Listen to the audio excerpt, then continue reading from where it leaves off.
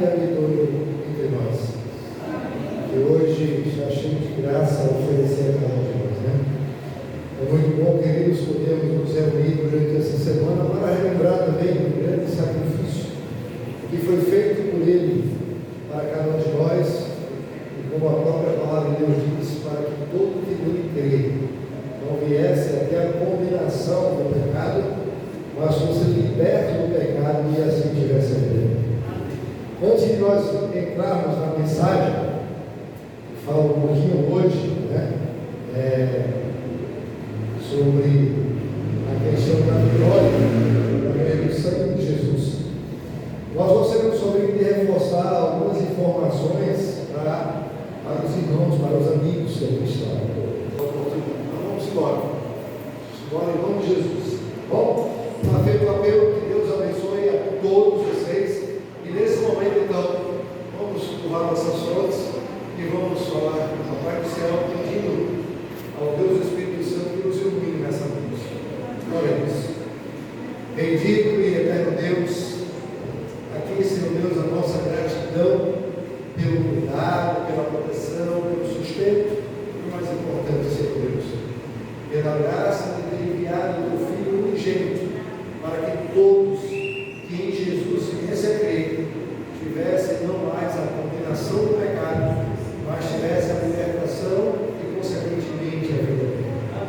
Seja conosco a mensagem e preparar-te para todos nós oramos em nome de Jesus. Amém. Queria convidar a todos, aqueles que estiverem com a Bíblia, para acompanhar junto comigo o que está escrito ali em Romanos capítulo 10, versículo 13. Vamos abrir em Romanos. Romanos fala muito sobre a graça oferecida por Deus. É em Romanos que nós encontramos, por exemplo, Jesus dizendo que Paulo, deveria rogar que todos deveriam se apresentar diante de Deus com um culto racional. E aqui no capítulo 10, versículo 13, ele mais uma vez me dando então uma orientação daquilo que nós devemos fazer, né? Romanos, capítulo 10, versículo 13.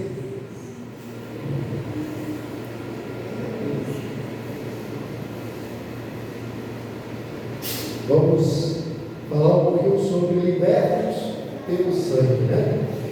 E aqui, vamos ficar todo mundo em pé? Vamos ficar em pé para ler a palavra de Deus. A palavra de Deus diz ali que esse povo, ele passava 6 horas estudando a palavra de Deus, né? Então vamos ler. Aqui diz assim: porque todo aquele que invocar o nome do Senhor será o que, gente? Amém. Pode sentar. Louvado seja o nome do Senhor.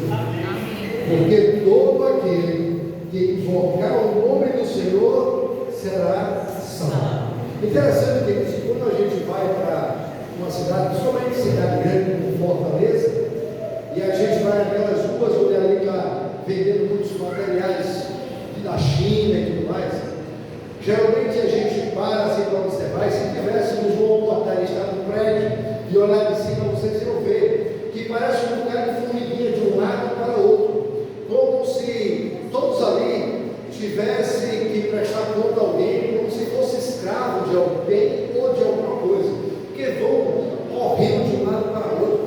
Muitas delas chegam a bater, esbarrar umas com as outras, e tanta pressa que tem para fazer as suas atividades. Ou seja, pessoas que estão ali no centro, totalmente lotadas, parece que são escravos de alguém ou alguma coisa. E do que será que são escravos? O que eles precisam ser libertos?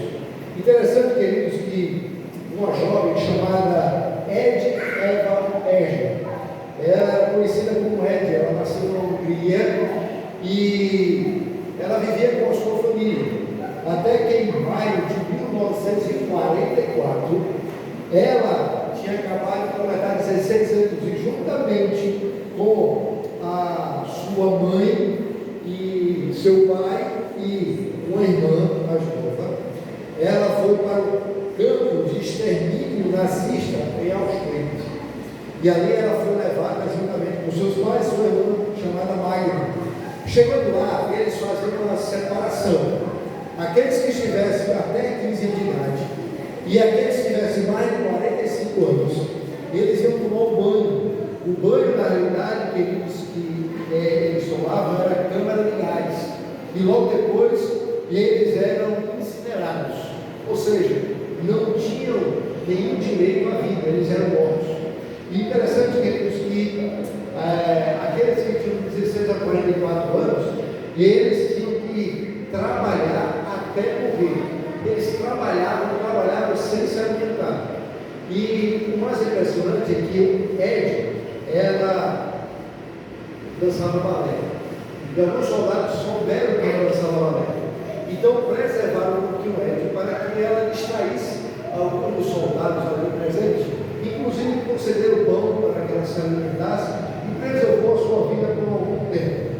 Até que veio alguns aliados norte-americanos e russos para poder acabar com aqueles campos de extermínio. E o interessante é que os nazistas forçaram os prisioneiros a caminharem, que era chamado caminho da morte. Eles iam caminhar bastante até morrer por causa da exaustão. E eles caíam um por cima do outro. E quando chegaram os aliados, eles viram ali vários corpos mortos, um sobre o outro. E interessante que ela tinha aproximadamente 27 quilos. Então magnífica estava. E ela estava também entre os corpos que estavam ali caídos. Porém, os soldados, ao analisar e ficar perplexos com aquela cena, perceberam que alguns deles estavam mexendo, e era justamente o que ela estava viva. Então eles a pegaram e então ela sobreviveu. E mais tarde ela emigrou para os Estados Unidos, estudou e tornou-se uma psicóloga renomada. E o interessante é que ela escreveu um livro. E o livro que ela escreveu tem o seguinte tema: a liberdade é uma escolha. Interessante. Ali ela fala que muitas pessoas elas são prisioneiras da sua própria mente. Algumas por causa de culpas, outras por causa de traumas do passado. Mas muitas pessoas hoje, não só no tempo dela, mas no nosso tempo, têm vivido uma vida de prisão.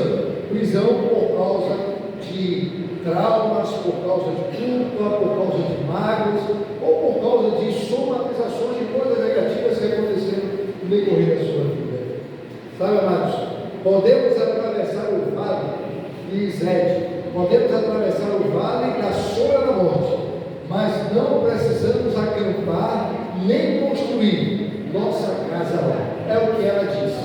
Impressionante que 3.500 anos antes, a gente sabe que o povo de Deus, ele estava aprisionado, estava como escravo no Egito, e eles trabalhavam forçados para fazer grandes monumentos ali para faraós, e eles clamavam, eles sofriam, eles suspiravam para que o seu fardo pudesse acabar.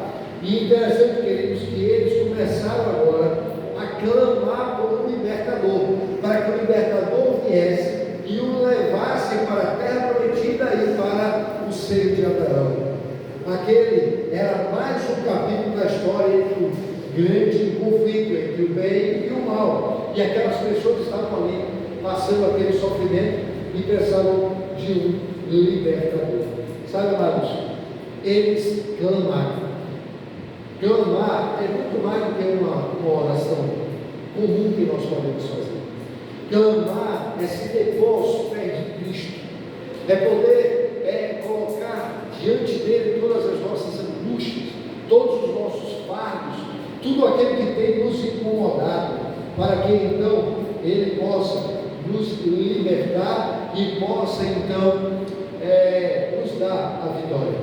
Sabe, amados, eu não sei se hoje você já orou ou se você hoje clamou a Deus por alguma coisa, mas uma coisa eu tenho uma certeza: nós precisamos clamar mais ao Senhor, pedindo que Deus nos conceda o poder do seu Santo Espírito, a semelhança dos discípulos, que Ele derrame sobre nós o poder do Espírito Santo, para que possamos fazer a diferença não só na vida de nossos familiares, mas principalmente na vida de muitas pessoas que nós entramos em contato. Eu não sei se vocês perceberam, mas o povo de Deus, ele clamava, e a palavra de Deus diz que não basta apenas clamar, não basta apenas crer, não basta apenas pedir, nós temos que buscar. Foi assim com Davi. Davi, no Salmos 27, verso 4, ele diz: uma coisa peço ao Senhor, e a segunda ele diz: e a buscarei. Não basta apenas, queridos, pedir, nós precisamos buscar. Jesus, quando estava no capítulo 7 de São Mateus, ensinando como a gente deveria orar, ele falou: pedi e dá-se-vos-á, buscai e achareis. Mais uma vez está ali o verbo pedir e o verbo buscar. Nós precisamos entender que hoje nós estamos muitas vezes aprisionados a muitas coisas, mas o principal delas é que nós podemos, mesmo na igreja, ainda estar aprisionados no pecado, e nós precisamos pedir e buscar de Deus a libertação. Interessante, amados, que o grandioso Deus, enviando o seu Filho Jesus Cristo, ele se fez carne e habitou entre nós, é o que diz o Evangelho de João. E ele habitou entre nós com um grande propósito. O propósito primeiro, ensinar a humanidade acerca do verdadeiro reino de Deus. O reino diferente do reino deste mundo, onde neste mundo as pessoas são valorizadas não pelo que é, mas pelo que tem.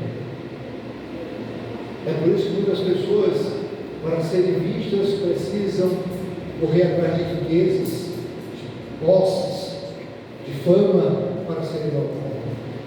E mesmo isso ainda não as fazem felizes. O reino de Deus é diferente. Aquele que quer ser o maior é esse que se torna o menor. Aquele que quer ser visto tem que se tornar servo um dos outros. Aqueles que são humilhados é que serão exaltados no reino de Deus. Então Jesus veio primeiro, ao se tornar carne e habitar entre nós, veio apresentar à humanidade o verdadeiro reino de Deus, que é livre do mal, que é livre do pecado. E o segundo, ele veio pagar o preço para que nós que estávamos sem rumo, sem direção, e estávamos condenados ao afastamento total de Deus por toda a eternidade, pudéssemos ser regenerados à imagem e semelhança que um dia ele criou Adão e Eva. Portanto, amados, a nossa salvação, ela tem um preço, e o preço nos faz olhar para a cruz, onde Jesus, ao morrer e derramar o seu sangue na cruz do Calvário, ali ele estava pagando o preço pelo resgate de toda a humanidade.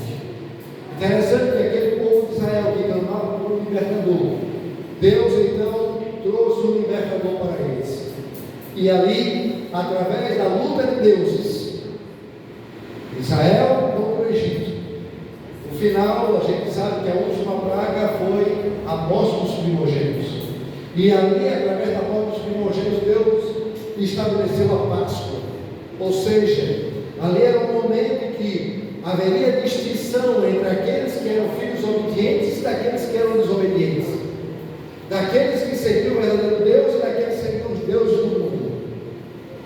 Deus estabelece então a Páscoa, que nada mais era do que pegar um cordeiro, não somente imolar, tirando o seu sangue, mas também assando e cozendo a sua carne para se alimentar. Ali Deus estava dando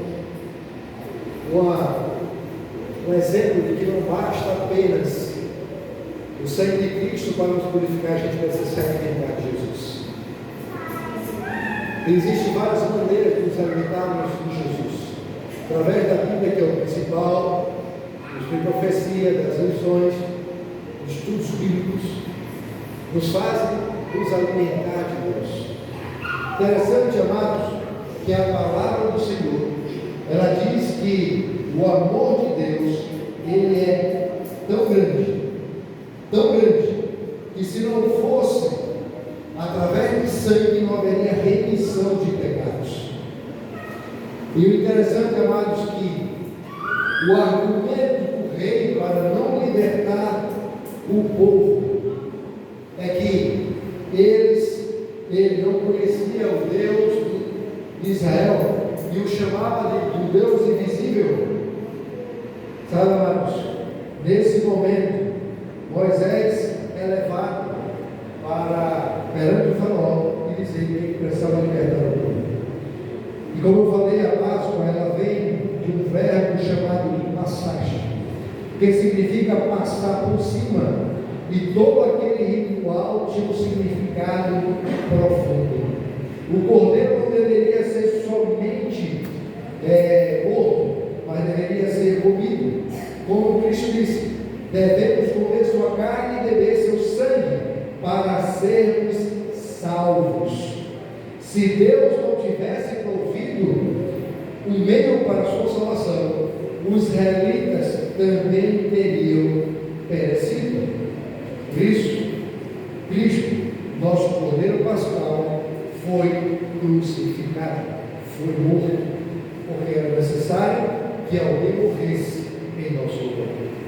E Paulo chama Jesus como o segundo Adão, porque ele veio na mesma natureza que Adão quando pecou. Adão não tinha pecado. Poderia pecar? Poderia, tanto é que pecou. E pecar na desobediência da lei de Deus. Jesus poderia pecar? Poderia. Até porque ele não poderia usar o poder divino.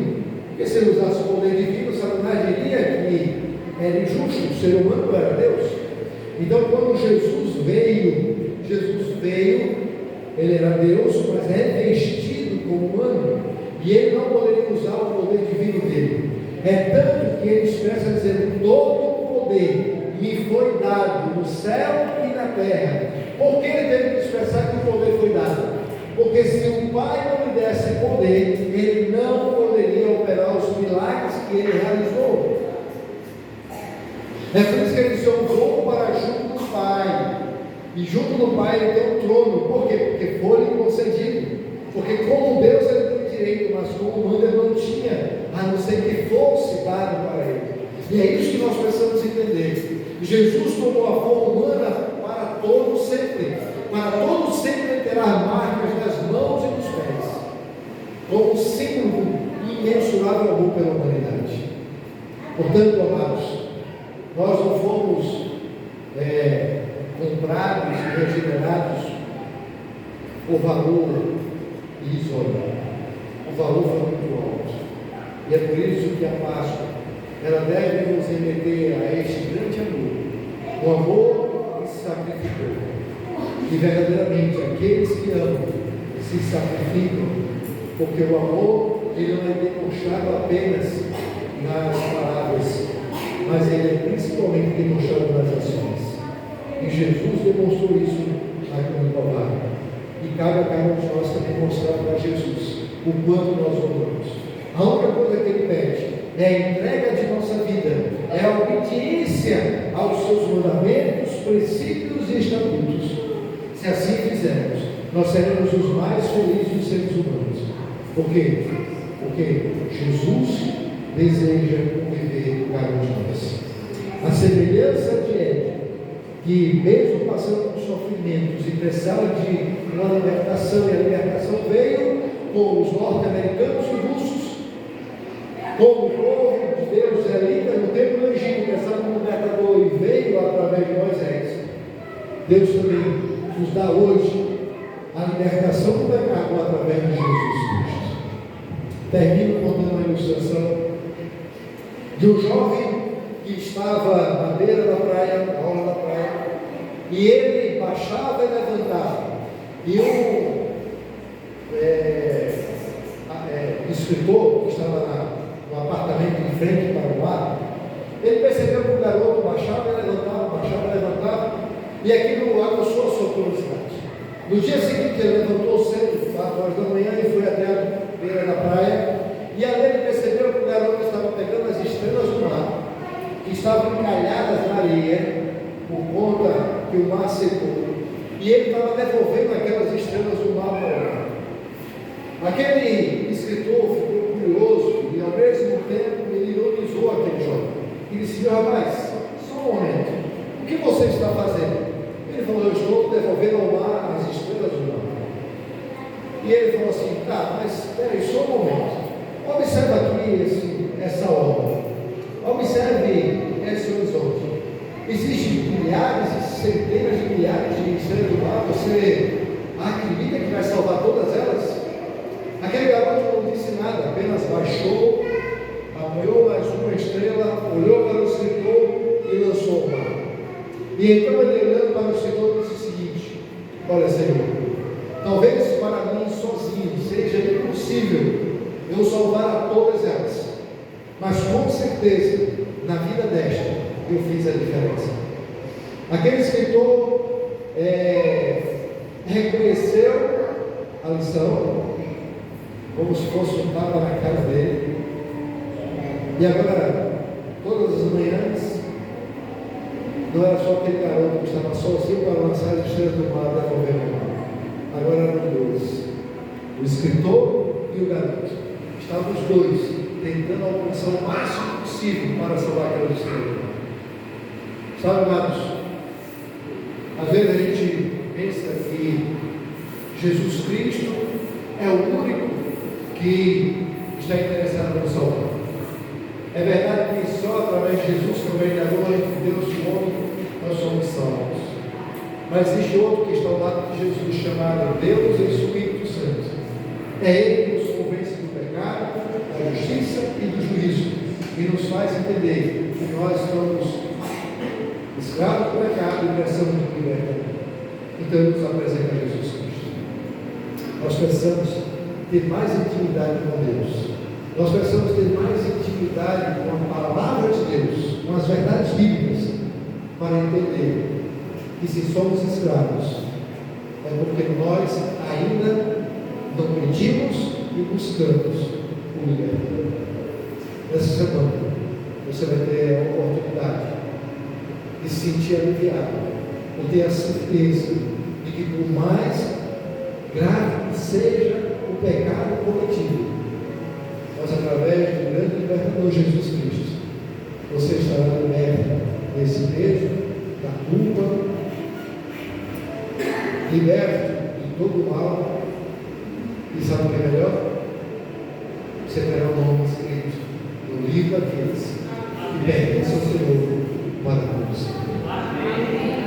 Quantos desejam pedir e buscar, e através do sangue de Jesus ser redimido pelo sangue? Diga amém. Amém. Vamos orar? Fiquemos em pé. Vamos orar. Querido e eterno Deus, muito obrigado, Senhor. Obrigado porque, ainda que não mereçamos, o Senhor se importa com cada um de nós, não querendo que nenhum pereça, mas que todos nós cheguemos ao conhecimento de Cristo Jesus, e através dele sejamos libertos do pecado e de todo mal.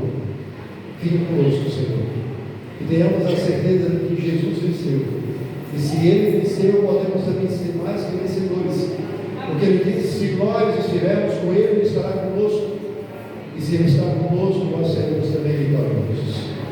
Perdoa-nos, dá-nos uma boa noite, e que amanhã, às 5 da manhã, possamos estar juntos para buscar o poder dos altos céus, e à noite estarmos aqui para darmos continuidade ao tema Jesus venceu, aprender coisas importantes e relevantes para o crescimento espiritual e para a preparação da eternidade. É o que nós oramos em nome de Jesus.